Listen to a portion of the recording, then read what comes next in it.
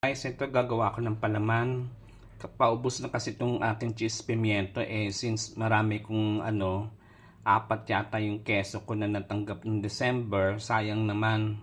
So gagawin ko na lang palaman ng tinapay. Ito, actually nanghingi lang ako ng bell pepper sa mga sa kaibigan ko sa palengke. Yung bang may butas na ganon, hindi naman kailangan ng perfectong bell pepper, no. Inano ko lang yan sa sinabay ko lang sa sinaing, kaya luto na tong bell pepper na to. So ang gagawa ko ngayon ng cheese pimiento dahil may keso ko nabigay nung December, gagawin kong palaman. Natunaw ko na yung butter nga pala. Ito yung aking butter cup, natunaw ko na kanina sa ibabaw ng sinaing. So ngayon gagawin ko na tong palaman.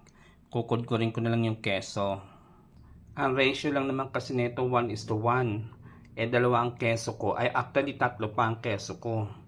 Pero tingnan ko kung kakasya tong kasi ang butter cup ko isa lang eh. Tingnan natin kung kakasya yung dalawang keso. Ayan, nakayod ko na yung keso.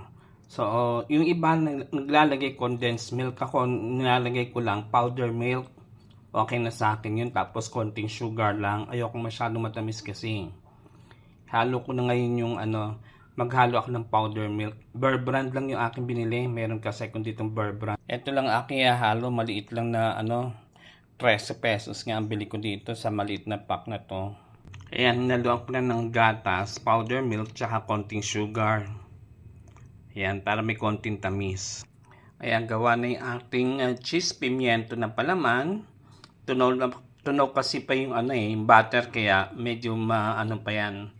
Pero usually mamaya yan pag nilagay na sarap yan, namumuo na yan. Susubukan na natin. Papalaman ako ng isang tinapay. Wheat bread kasi ang kinakain ko lagi eh.